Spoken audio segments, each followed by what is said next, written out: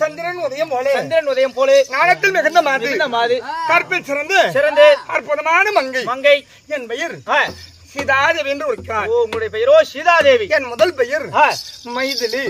மைதிலி? ஆமா. என்னை காதலி. அப்புறம் என்ன கோலகர் ஆகக்கூடாது. என் பெயர் மைதிலி. இரண்டாவது பெயர் சீதை. மூன்றாவது பெயர் ஜானகி. ஜானகி என்று பெயர். ஆமா. 3 பேர். அப்படி 3 பேராக இருந்தாலும் நீங்க எப்படி பிறந்தீங்க? நான் யாரால் பிறக்க தாய் தந்தை யார்?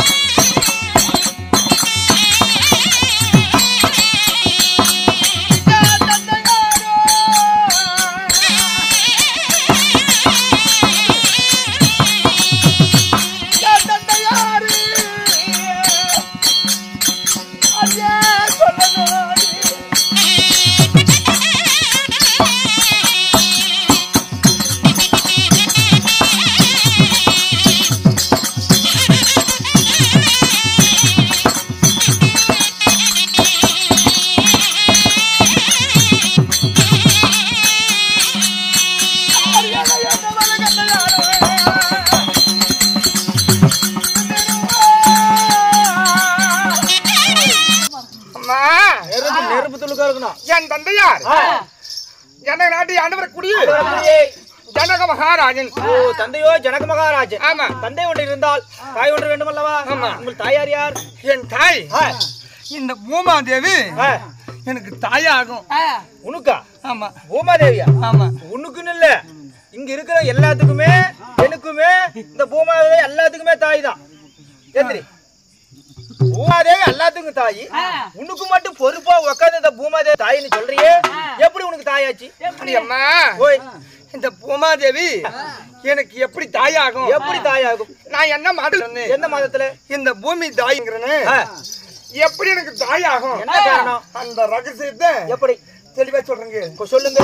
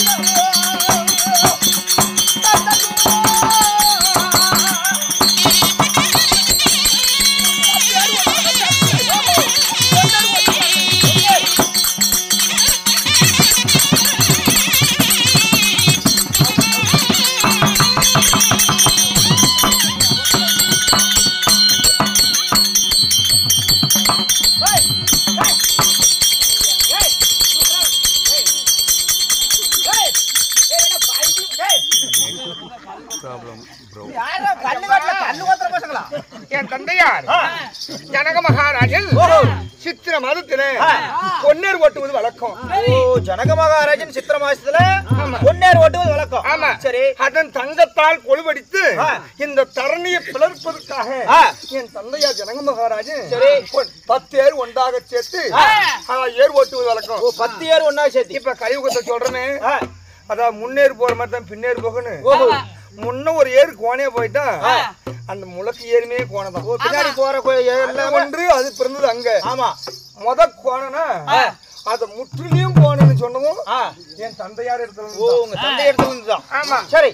10 ஏர் ஒன்றாக சேர்த்து பொன்னேர் ஓட்டுவது வழக்கம். அந்த பொன்னேர் ஓட்டும் போது அதாவது தங்க கொழுவினு சரி மண்ணில இருந்து அழகான ஒரு தங்க பேலை மண்ணுக்கு மேலே வந்தது.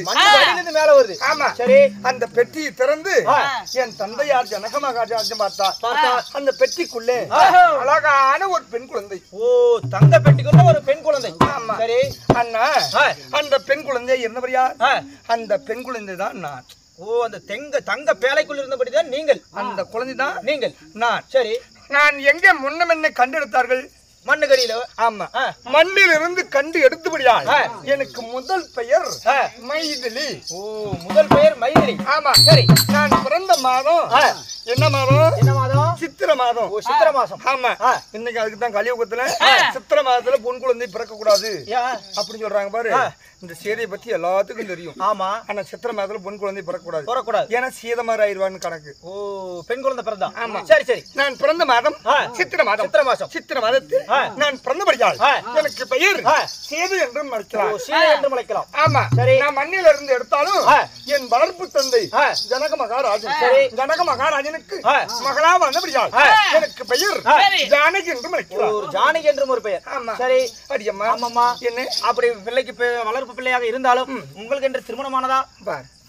கல்யாணம் ஆயிடுச்சா? அம்மா கொட்டகரி அயோத்தியமா நகரத்தை ஆண்டு வரக்கூடிய தசரத மன்னனுக்கு சரி 3 மனைவிகள். கோசலை, கைகி, சுமத்தரை. சரி. மூத்த மனைவியை வழங்கக்கூடிய கோசலைக்கு பிறந்தார் ராமச்சந்திரமூர்த்தி. சரி. கைகிக்கு பிறந்தார் பரதன். சுமத்திரைக்கு பிறந்தார் லட்சுமணன், சத்ருக்கன். இப்படி 4 பேர் பிறந்தார்கள்.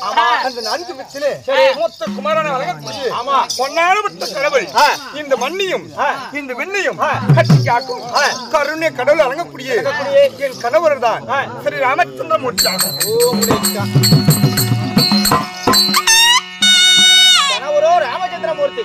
அப்படி இருந்தாலும் நீ வந்த விஷயம் கணவராகப்பட்டவரை அழைத்து வர சொல்லியிருக்கிறார். போய் பார்க்கலாம்.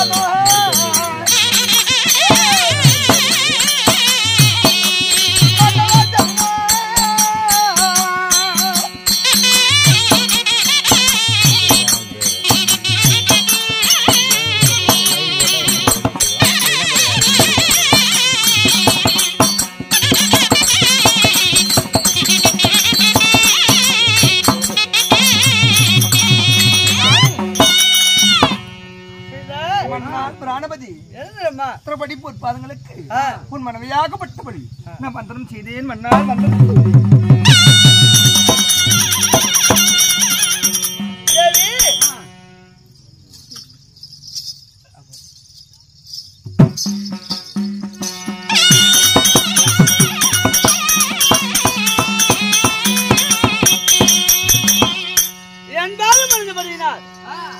என்னுடைய அருளோடு சுகசாமத்துடன் வாழ்க்குவார். மன்னா நான் சுகமாய் வாழ வேண்டும் என்று இருக்கிறாய். ஆமா. நான் உன்னை அருகாமல் இருக்கக்கூடிய தேவி அல்லவா? ஆமா. மன்னா தேவி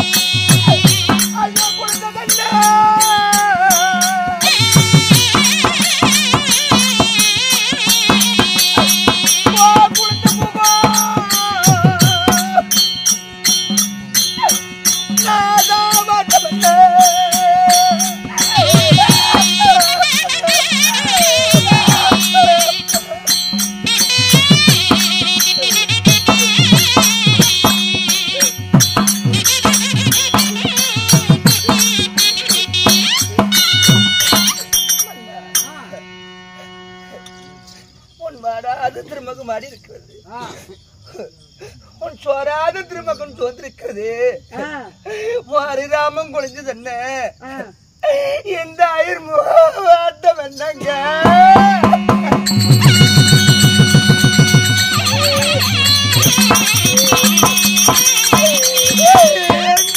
கொஞ்சம் பாடு இருக்கு.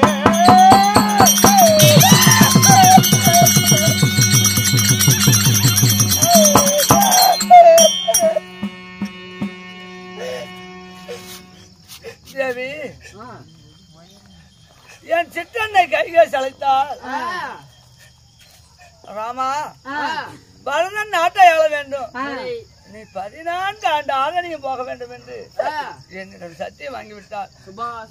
அதனால் நீ இந்த நாட்டிலே இரு, நான் 14 ஆண்டு ஆதரணையும் புறப்பட வேண்டும்.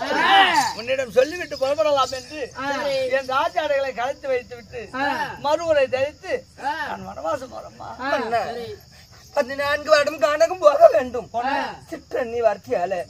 அதனால நான் என்ன செய்ய வேண்டும்? இங்கே இந்த குணங்கள் அயோத்தி நகரிலே இது உன்னை பெற்ற பிள்ளை போல் என் தாய் பார்த்து கொள்வார். மன்னா யாரிடம் சென்று விட்டால் இந்த பாவி நான் அயோத்தியில் இருக்க வேண்டுமா? இந்த அயோத்தி நகரத்திலே நான் இருக்க வேண்டுமா?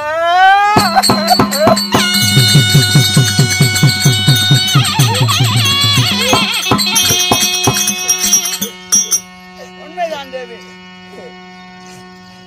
நீ கானகத்தில் வாசம் முறிய வேண்டும். நான் அயோத்தியில் என் தாயிடம் இருக்க வேண்டும். மன்னா என்னை பார்த்து சொல்.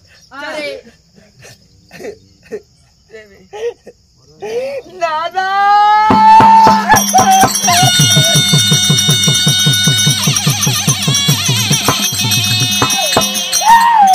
அயோத்தி இருக்க சொல்லிட்டு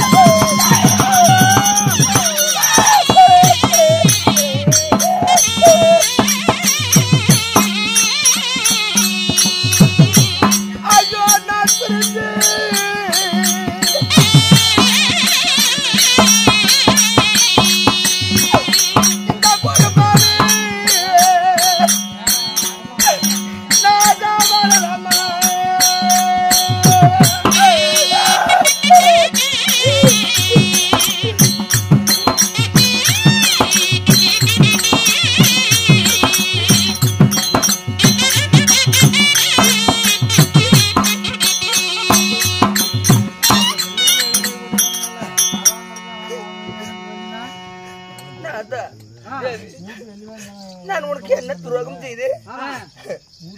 நான் கணவர் என்று கதறவில்லையா? இல்ல மன்னர் என்று மதிக்கவில்லையா? இல்ல நான் புருஷன் என்று தான் பூசிக்கவில்லையா? என்ன அயோத்தியில் இருக்க வேண்டும் என்று சொல்கிறாயே, என்னை இருக்க சொல்ல உனக்கு என்னங்க மனம் வந்தது?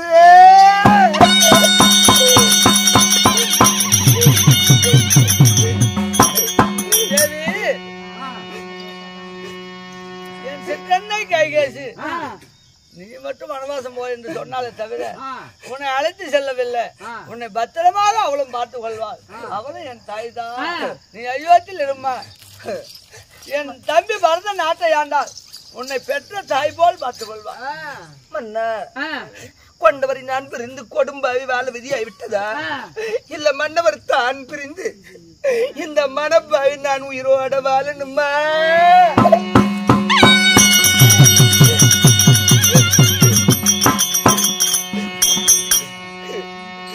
மன்னா நான் எனக்காக நான் உன்னிடத்தில் யாருமே கேட்டதில்லை.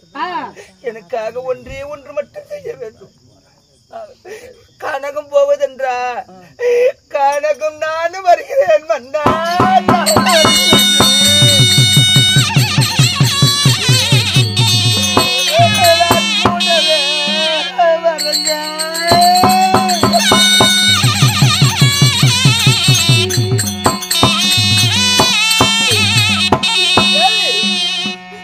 கூட வந்தாலும் என்ன நடக்குது தெரியுமா? அம்மா சின்ன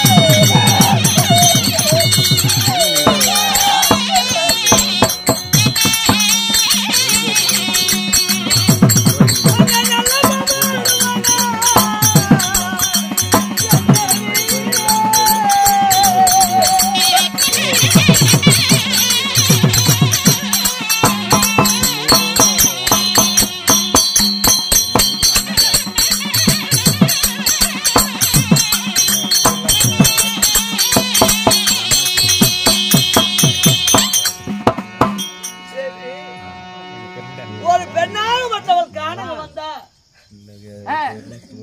சிங்கம் உறங்க வேணும், சிறு புலி தூங்க வேணும், நாகம் உறங்க வேணும், நல்ல பாம்பு உறங்க வேணும், கழி உறங்க வேணும், காட்டானை தூங்க வேணும். பேர் அந்த மிருக ஜாதியில் இருக்கும் இடத்துல ஒரு பெண்மணி அழைத்து சென்றார். விபீரன் வந்து நேர்ந்துடும். இங்கே இது நான் சென்று வருகிறேன் தேவி. மன்னா தேவி நீ வந்தால் அரங்களுக்கு ஏதாவது இடையூறு வந்து விடும். கனகம் வந்தால் இந்த கன்னியாளுக்கு ஏதாவது இடையூறு வந்து விடும். மன்னா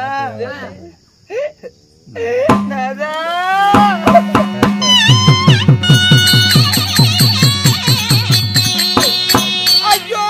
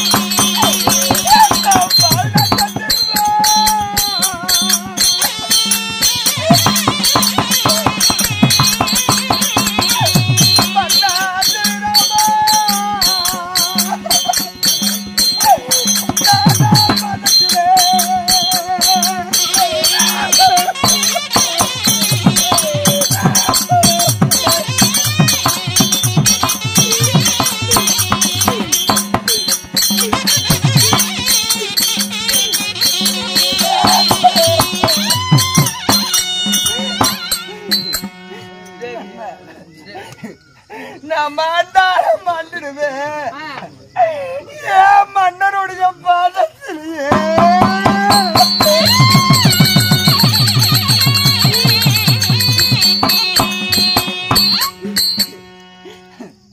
நான் செத்தாலும் செத்திருவேன் இந்த ராமனுடைய பாதத்தில்.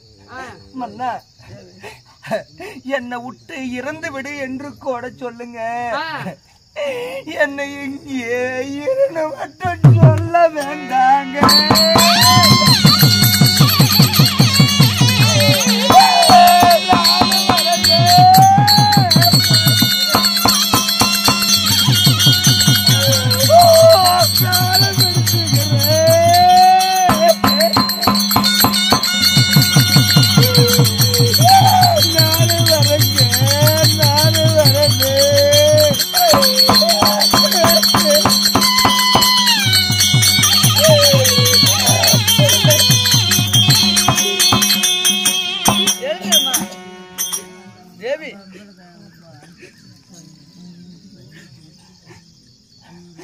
எப்பொழுது என் உயிரை மாய்த்துக் கொள்வேன் என்று சொல்லிவிட்டாயோ, இனி உன்னை இங்கு விட்டு விட்டு செல்வதில்ல. ஆணையம் புறப்படலாம். ஆனா அந்த ஸ்ரீராமன் ஆகப்பட்டவன் அதாவது அழுது கொண்டு இருக்கிறார் என்றால் இந்த நாட்டை விட்டு போறங்கிற மனக்கலக்கம் எனக்கு இல்ல. ஆனால் இந்த சீதையை நான் திருமணம் செய்த பொழுது அவர் கண்ணீரை பார்க்க கூடாது என்று எண்ணிருந்தேன். இன்னைக்கு அழுவும்படி ஆயிடுச்சு. அதுதான் என் மனக்கலக்கமே தவிர இந்த நாட்டை விட்டு போறோம், இந்த நாட்டை விட்டுட்டோமேங்கிற மனக்கலக்கம் எனக்கு இல்லை. இதுதான் நம்ம ஆரணியும் புறப்படலாம்.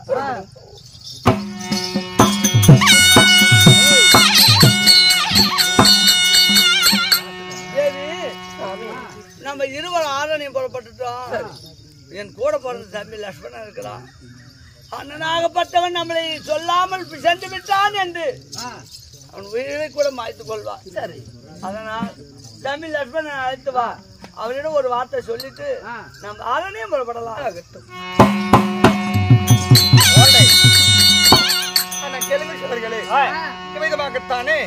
ஸ்ரீராஜாவையும் ஸ்ரீ ராமச்சந்திர மூர்த்தியும் சிற்றன்னை வார்த்தினால் 14 வருடம் காணகம் போவதென்றால் ஆனால் தம்பியாகப்பட்டு லட்சுமணனிடத்தில் சொல்லாத போய்விட்டால் மனம் தளர்ச்சி அடைந்து அண்ணன் சொல்லாத போய்விட்டால் என்று ஆனா கண்ணீர் விட்டு கதறி அழுகுவான்.